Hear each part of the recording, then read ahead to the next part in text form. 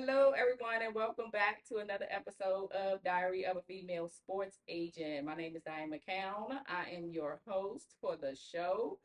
I am a sports agent, entrepreneur, real estate agent, author, talent agent, all that good stuff. Today's episode is titled Breaking In: How to Raise a Pro Athlete, a Mom's Perspective. And before I introduce my special guest, I am going to ask you to take the time to subscribe to the channel if you haven't done so already. Hit the like button, share, hit the bell icon if you want to be notified when we upload content. All right. And let's get into the episode.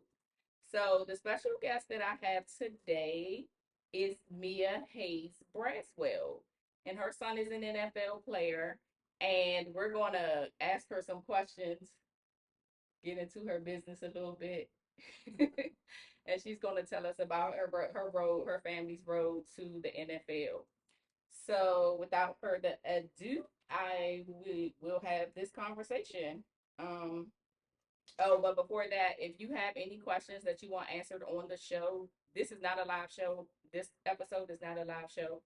So, your questions won't be answered today. But if something we talk about resonates with you and you would like to ask a question, please email us at diary of a female sports agent at gmail.com, and I will get the answers from Mia or myself for you and respond back to your comments. You can leave your questions in the comments also, and we'll get back to you.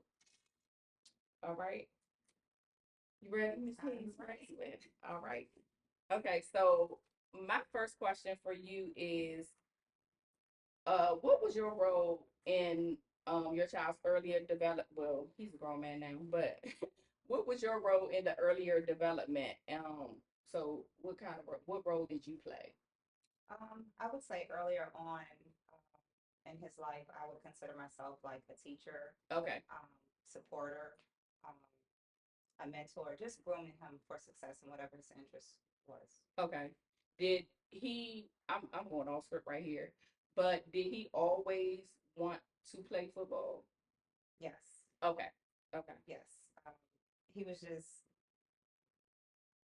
I don't want to say by nature, I don't, I can't confirm that He was just 100%. naturally talented. Yes. Yeah, I understand And that. his father exposed sports to him at an early Early as you age. okay. So how did you balance supporting them because you have two sons, and how did you balance? And they both play football, right? Yes. And so how did you balance supporting them without putting a whole lot of pressure on them because sports is mental. You know what I mean? It is. Okay. It is. Basically, again, like I said, their dad introduced them to sports at an early age. And so, they wanted to try everything. And so we exposed them to different things. Whatever their niche was kind of what we honed in on Okay. and began to nurture. Um, as time progressed and, they went in different directions, such as high school and the age gap. One would be for the other, one would be one would be for one would be with the other. Okay. So we didn't. It was no stress on us because we just kind of whatever they wanted. Hmm. You know, again, we just nurtured. Okay. So what kind of financial sacrifices but and I know this answer because of our son played basketball for a long time. So what kind of financial sacrifices did your family have to make as far as camps and trainings and everything like that? Because I know it's a lot. Travel, everything. Mm-hmm. Um, because we believed in them and they were like just dedicated to the sport. Um, we made the sacrifices. I mean, early on, they were in private school. Hmm. And then, as time progressed, they would uh, need like weightlifting training, agility training, and like you said, with the travels and things like that. Hmm. Sometimes bills wouldn't get paid. Just The yeah. let me move this mic closer to you so you get so I don't want you to lean. Okay. I just want you to have it. So, those were some of the sacrifices. I mean, bills would get paid, but they would be delayed. Right. Because you have to do what you have to do Yeah. for your kids, and we've all been there. Mm-hmm. Make the choice. It's either gonna be this cap or this light bill. You know what I mean? And you can always put the light bill off for 30 days. So you know. Yeah, you have to adjust. Yeah, You yeah, know, I get that. I get that. even like with the camps, even like the diets. Hmm. As they get older, you learning like certain things they should be eating, not eating, and they're boys. And Right. my boys weren't big guys, but they would burn off a lot, Hmm. so they're constantly eating. Because of the sports, playing sports all the time. Exactly. Yeah. So Okay. Were there any times when you questioned whether like all the sacrifice was really worth it? no. No. Once I found out that that's what they wanted to do, again, I just kind of honed in on it, and tried to nurture it, Okay. and for the most part, they stuck with it, Hmm. especially the one that plays in the NFL currently. Okay. Um, I never questioned it. Once I saw the dedication, um, to want to do it, Hmm. there was nothing else to be said. It was like, Okay. okay, what do we need to do now? Hmm. Finding a trainer, after the high school practice, um, to get you where you need to be. Hmm. The strength, conditioning, all of that type of stuff. It was just kind of like a no brainer, so to Okay. speak. Okay. So how did you help your sons deal with setbacks? Because I know that in sports, it's always that, you have the injuries, and then you have just mentally being prepared to compete at a high level. Like how did you help them to deal with the things like the injuries and the rejection, or things like that? So there definitely was injuries, Hmm. rejections, if you want to say setbacks, Hmm. meaning not being played at certain times. For me, I've always tried to develop a spiritual um, relationship with God, with my children, Okay. my family. Hmm. And so that has kind of been the glue that has pushed us through on Okay. the trials and tribulations. Um, as far as the encouraging part, personally for me, I would always send them like scriptures, Hmm. encouragement messages, songs. This was daily. Okay. So I would send that all the time anyway. Hmm. And then when they got to the collegiate level, there were times I just take spirit of the moment trips to their school, Hmm. taking balloons, Hmm. cupcakes, even having meals with them, Yeah. and returning home on the same day, Hmm. just to keep them encouraged, Right. So So did this journey, I want to say to the NFL, but again, you have two kids and they both played football at least the collegiate level.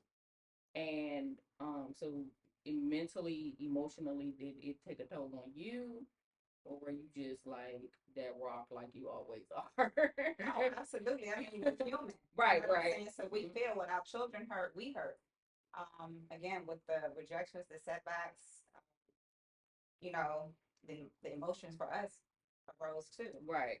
Um, but for me, I would get those calls about what was going on and the setbacks, and my response was, be encouraged. Hmm. Like you haven't been brought this far to be left. Hmm. Something good is awaiting you on the other side. So these was just kind of like my words of encouragement, affirmation, things of that nature. Hmm. But with that being said, me encouraging them while I'm on the phone with them, but when I hang up, I will fall to my knees and pray or crying. Right. Like, God, this is you. This is To not work what out. it's supposed to be. Right. But I trust, and I trust that everything has its time Right. for whatever reason it Hmm. may be. And so I had to learn to practice what I preach, but emotionally, yes, I was that. Just don't let them see I was you. just never in front of him. I just tried to be Right. that strong person, Hmm. and continue. And I know it sounded like a broken record, repeating the same thing, but Hmm. that's all I had to give him, Right. you know. And God's timing is always perfect. Absolutely. Anyway. Anyway. He's Yeah. building you for something that Hmm. I don't see. Yes. And you stay the course. Yeah. Yeah. And he did that for sure. Hmm. So how did you find community in sports? Um, so with that, we were in several uh, sport arenas on Pee Wee League, like we did from basketball to football to track to Hmm. baseball, and you make connections with people that have the same purpose and dedication that you do. Hmm. Um, You mean like parents? like parents, Okay. correct, and you bond. Like even to this day, we're still more like family than Okay. just friends or people that I met at, say the football field or the track or whatever. Mhm. And those are the people that you entrust that can pour into your children because it really does take a village to raise your children. Mhm. So when you find those people that are sound mind and judgment and you prayed about that can speak to your children, because a lot of times as parents what you say doesn't resonate, Right. but they're able to receive it from other people. So Mhm. when you find those genuine people, you want to keep them in your circle. Yeah, that makes sense. That definitely makes sense. So how did you help them him prioritize school while pursuing the NFL? For me, education was always the first priority, Hmm. because without that, you can't even get into a school to excel to the next level. Exactly. So if grades weren't up to par, sports wasn't to be talked Hmm. about. Um, and that's kind of how the tone was set in the house as far as sports was concerned. And so Okay. that has always been a priority. Everything else was secondary. Okay. Yeah, that definitely makes sense because you can't even go to the NFL or the NBA without at least you have to be like 1 year removed from high school. I know for the NBA you got to be 1 year removed from high school, which means 1 year of college or 1 year of something, and you got to be playing because you won't get drafted if you're not playing. You know what I mean? So, And some of the bad and I things, think the NFL's what are they 3 years? I'm not I'm sure. not sure. Okay. That I'm not sure.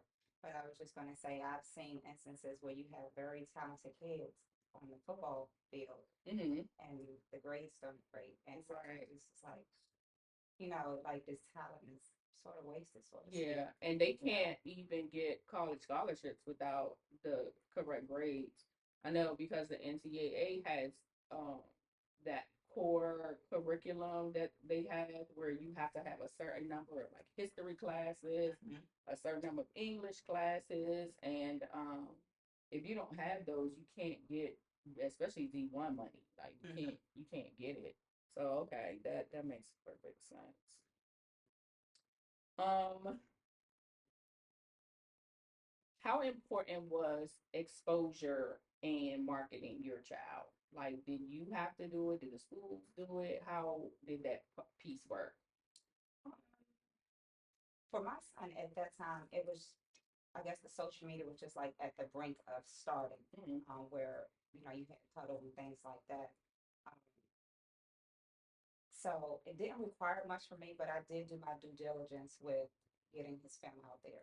Okay. I scripted a letter, Hmm. attached his Huddle, to introduce him, give some background information, and highlight his abilities on the field, Hmm. and I would send that out. Okay. Um, but And you did that yourself, I did like, that myself. okay. I did that myself. But it seems like times has changed. That's been almost not quite 10 years, but it's been Hmm. some time that everything is just social media platform, period. Okay. So, yeah, it's changed a little. Okay. It's changed a little. Not saying that um, people can't go the route because I'm sort of old school in the way I move with certain things, Hmm. but I think it helped. Did the coaches help any? They did. Okay. They did. They did. And I think also um, the children help themselves when they do what they're supposed to do. Okay. You know what I mean? Hmm. You practice, show up, you know, and then, film doesn't tell a story, it speaks for itself. So, Right. Right. Mhm. Let's see. That's kind of the same question. I'm gonna ask that. When did you first realize that your son had the potential to go pro? Like, when was that moment where you were like, yeah. so as a parent, your kids always tell you, well, I want to be this when I grow up. Hmm. So at an early age, I always believed them, Hmm. but when he got older, I would probably say where it really resonated and I felt like, okay, this could be going in that direction was probably when he went to Temple and he Okay. earned a single digit. And at I Temple, was thinking that too. I was like, that was the moment when I felt yeah, that too. it was real pivotal because that's such a big thing Yeah. within their football program, Hmm. that that symbolizes the toughest players on the team. And it's, if I remember correctly, it is given by the player, it's The players voted. the players voted Okay. who gets it. Mm-hmm. And so, yeah, I think that was the turning point. And then um, also, I can't remember if it was that same year or not, but he had a report card sent to the NFL, and it gave a rough draft of where he would probably go during the draft. So Okay. that was just kind of another eye opener, like, okay, Okay. he has So what it yeah, he takes. has what it takes. Yeah. Yeah, that's good. That's good. Okay. Let's see what else we have. What's one thing you wish parents, I had people here, but parents understood about the road to raising a pro athlete? Like, what is that? Though, or not necessarily that one thing, but those things that if you could tell a parent, like, what would you tell them? Well, we have to play our part, but I think the biggest part, and I will kind of sum it up to one thing, is that the kid has to want it. Okay. You can't want it more than they do. Yes. You know what I mean? So they have to understand it's going to come to good, bad, and ugly, and you still have to persevere. I mean, it's life. So I think, when they're able to adapt to that and keep moving, then it's attainable. Yeah. I think that I've had a lot of experience, and because I'm primarily basketball, so I know there have been a lot of instances. I want to say young and old, where I had noticed that players kind of really weren't there. You know what I mean? But the parents thought they were, and they weren't. I run into that a lot. Did you run into that a lot? Yeah, because I think parents have this. Um, I don't know if I would call it a situation where they're trying to have their kids retire them or whatever. I don't know what that is, but it's like they don't see that their kid is not really that good at a sport. But they always want them on the field. They always want them on the court. And sideline coaching. Yeah, I used to do that. I can't talk about that, but at least I knew what I was talking about. But yeah, I've seen that happen a lot, and there's a lot of disappointment at the next level because it starts to really show. Right. Like the higher you go up, the more it shows that yeah, no, you know what I mean? Yeah, that happens a lot. I know for me, like I really growing up, I wasn't a football fan. I guess because I never really understood the sport. Okay. But once the kids got into it, I had to learn a little bit. And even for me, um, I still didn't, I was learning, but I didn't know. But I would hear like all the coaches, the dads, and other people, give all the kudos to him. So I'm like, okay, he's doing something good here. Right. You learning. I'm like, yeah, that sounds good. Right, right. But then, the things that I did learn, and I'm looking at other kids, and the dads getting on them, like that's pressure to perform. Too much pressure sometimes, especially when it's coming from your dad. It's like I don't want to let this man down. And I think that too plays a part of them not wanting to do it because then they get this I don't know what to call it, but they get this feeling like I'm not good enough. I'm never going to be good enough. I don't want to play anymore. Yeah, that makes sense. Yeah, dads, you need to chill out, dads.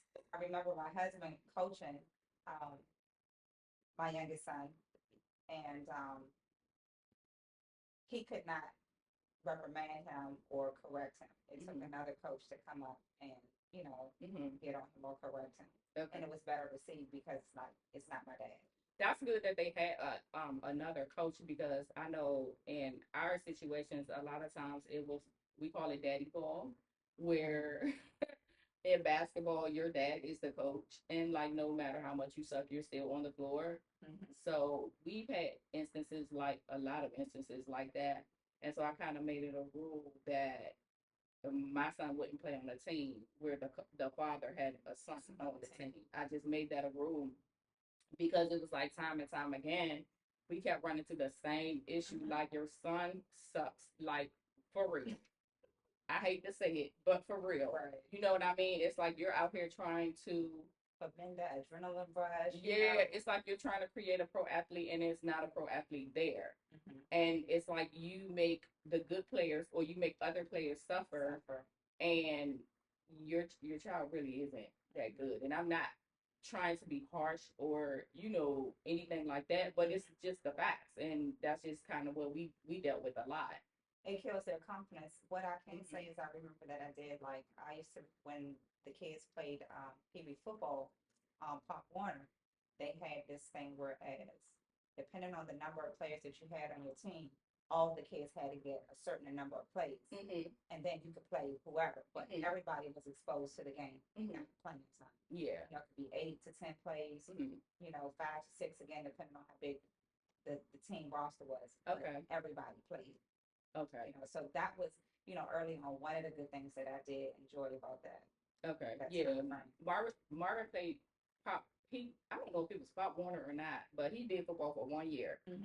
And it was funny because it was his first year playing football. He was always basketball. And we knew he was a good basketball player, but we couldn't figure out why it didn't translate to the football field. And because normally that's an easy translation when you play basketball and then you move to football, like that's what the coaches told us. They said it was easier to go from basketball to football. And we we did football that 1 year and we could not figure out why this dude could not catch the ball. We couldn't figure it out. Play receiver. Yes. Okay. We could not figure out why he could not catch, like, why is this dude not catching the ball? We just didn't know. Girl, come to find out the last game of the season, the the the bars on the thing was over his eyes, and so he couldn't see. And we didn't realize it until the face mask was like he couldn't see the ball coming. Oh, wow. Funniest thing, and the coach was like, I can't believe we've been playing like this all season, and the only thing we had to do was adjust his helmet. And so that was really, really funny because when he realized it, they kicked butt that last game because he could see. He could see. Yeah, he couldn't see. Yeah, that was hilarious. Yeah. That was funny. He couldn't see. I didn't even know. I didn't know football person. I didn't even think about that. I didn't know that there were positions about that. I didn't know everybody had different face masks. I thought all the face masks were the same. But I think they. I don't know. Some of them are. I'm saying some they are. Oh, they are different. Yeah, okay. Sometimes on your position, the grills. Okay. So are different. Yeah, and see, it was like Pee Wee football, so I'm sure like they weren't putting all that effort into. Oh, you mean? Oh, they were. Oh, well, girl, I didn't know because when we realized all he had to do was adjust the helmet. He adjusted the helmet for every pass that game. Yeah. And then Mark was like, "I'm not doing that no more because I don't." I don't want nobody tackling me. I was gonna say the contact, right? He did not like that at all. So he's like, "That's it for me. I ain't doing football." And if that, I tried it, so yeah, he was like, "Nah, I ain't know that." All right. So, looking back, what would you do differently, if anything?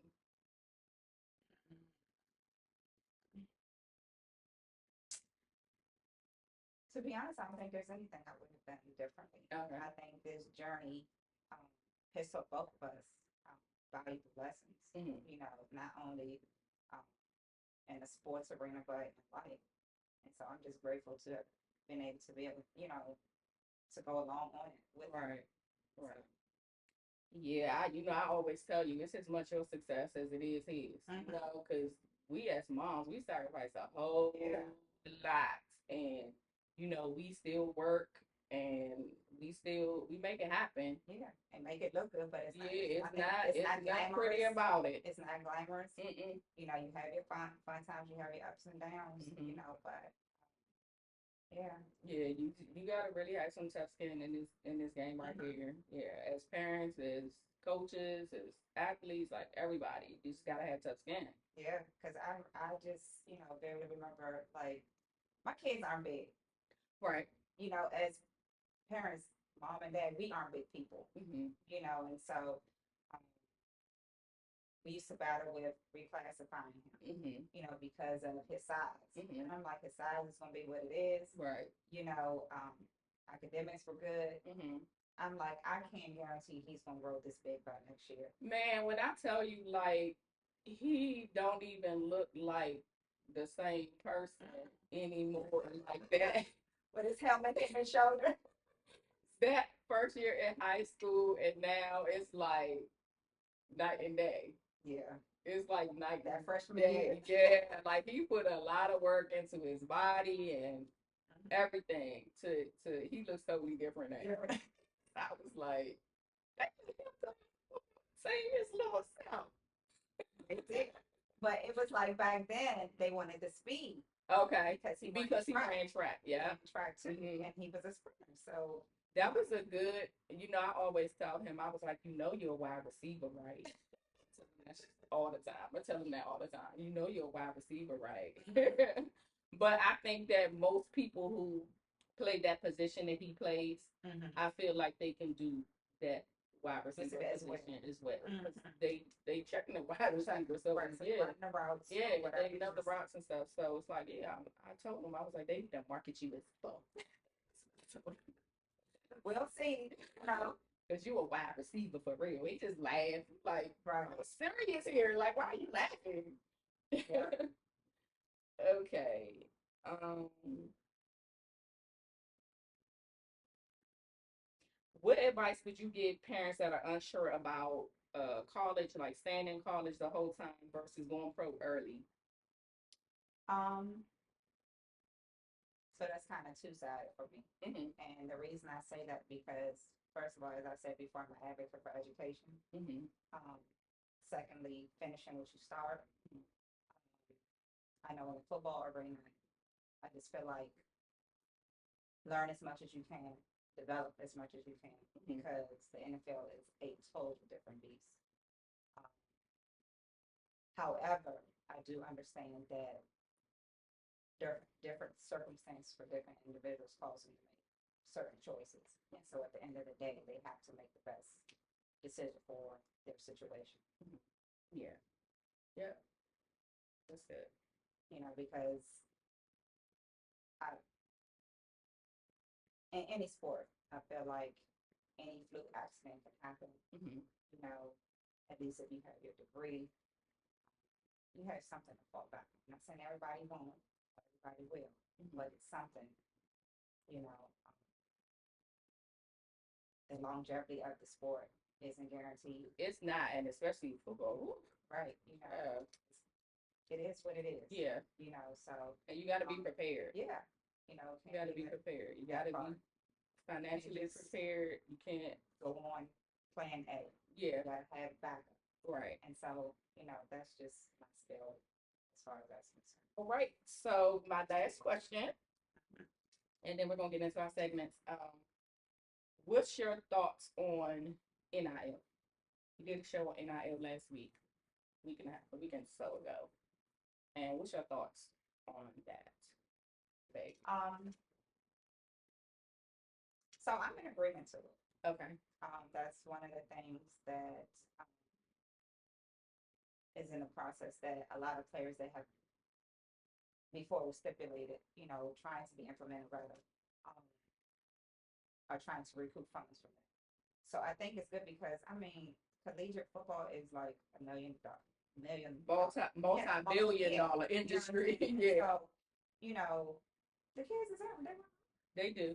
I think they're deserving of it. And I always thought that athletes at the collegiate level, not so much high school, even though high schoolers make a lot of money now too, but more the college level. I felt like a compulsory education is not enough for me to sacrifice my whole damn body and mind for you. You know what I mean? Market them like when you look at what is it?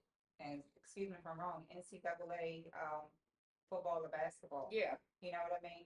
They make money off of them. Right. This whole team and the players are there. Why not compensate them? Yeah, I feel like I was glad when California passed the law to compensate students Mm-hmm. for their name, image, and likeness. I felt like it was long overdue. Mm-hmm. I felt like the NCAA made a lot of money off of these kids, and for some, college sports is like as far as they're going to go. So the opportunity to be able to make a few $1 million while you're there and be able to turn that into something bigger, I think that's a great opportunity, and I think they all deserve that. It gives them a start in, a new direction, Mm-hmm.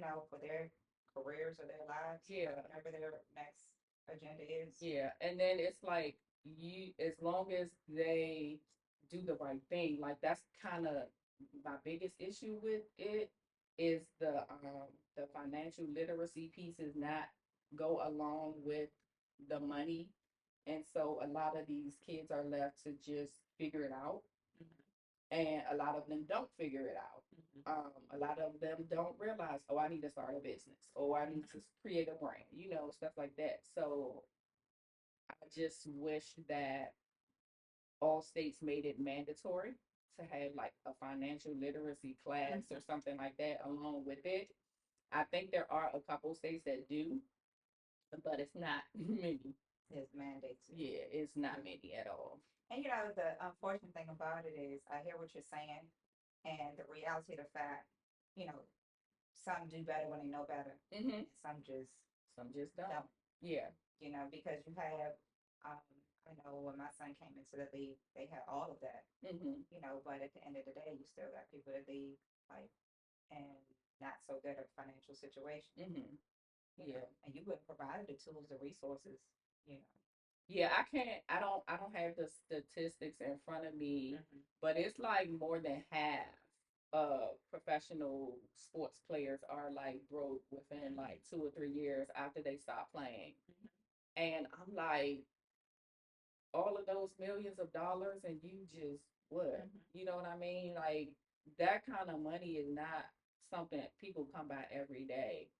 And so I think it's really important for the financial education to be there because in a lot of our communities, I know I didn't learn about money when I was coming up.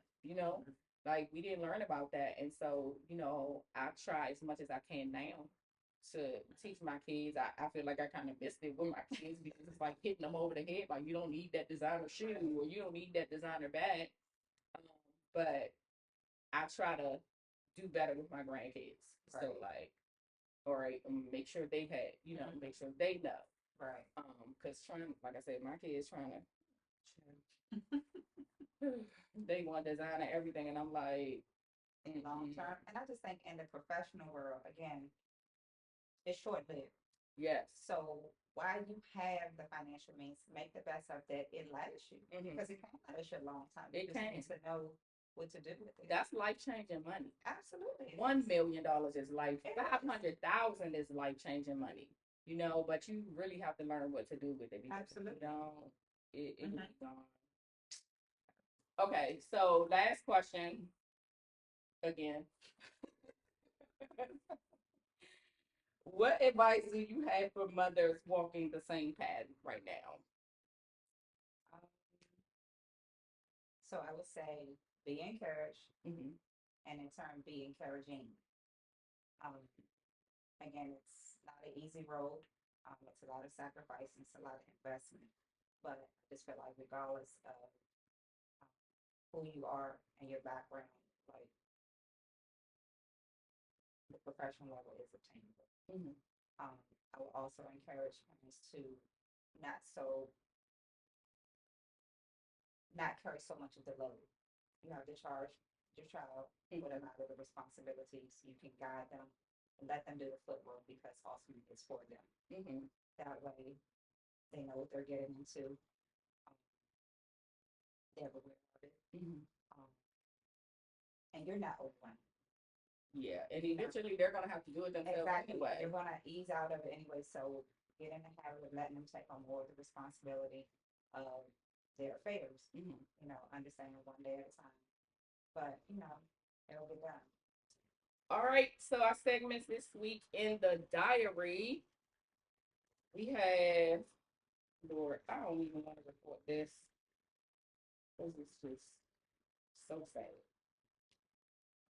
Shiloh Sanders got dropped by the Bucks for swinging on another player. What's wrong with these damn kids? You are at work, bro. Why are you fighting?